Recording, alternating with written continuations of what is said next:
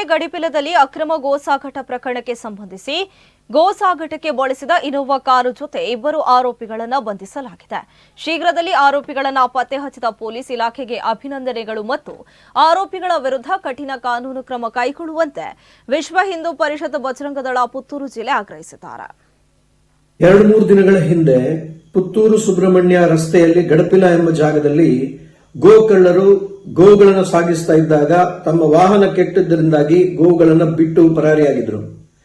ವಿಷಯವನ್ನರಿತ ನಮ್ಮ ವಿಶ್ವ ಹಿಂದೂ ಪರಿಷತ್ ಬಜರಂಗ ದಳದ ಕಾರ್ಯಕರ್ತರು ಆ ಸಂದರ್ಭದಲ್ಲಿ ಪುತ್ತೂರು ಪೊಲೀಸ್ ಇಲಾಖೆಯ ಸಹಕಾರದೊಂದಿಗೆ ಗೋವುಗಳನ್ನು ಸಂರಕ್ಷಿಸಿ ಅವುಗಳನ್ನು ಈಗ ಪುತ್ತೂರು ಮಹಾಲಿಂಗೇಶ್ವರ ದೇವಸ್ಥಾನದ ಗೋಶಾಲೆಯಲ್ಲಿ ಗೋವುಗಳಿಗೆ ಬೈಹುಲ್ಲಿನ ವ್ಯವಸ್ಥೆಯನ್ನು ಕೂಡ ಮಾಡಲಾಗಿದೆ.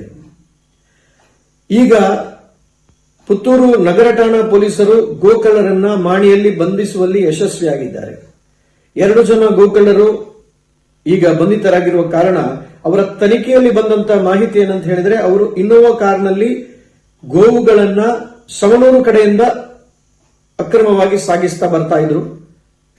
ಆಗ ಕಾರು ಕೆಟ್ಟು ಹೋದ್ರಿಂದ ಗೋವುಗಳನ್ನು ಬಿಟ್ಟು ಪರಾರಿಯಾಗಿದ್ರು.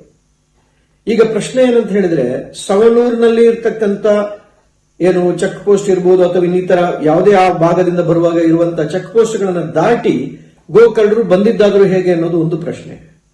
ಜೊತೆಗೆ ಅವ್ಯಾಹತವಾಗಿ ಈಗ ಗೋಕಳ್ಳತನ ನಡೀತಾ ಇದೆ.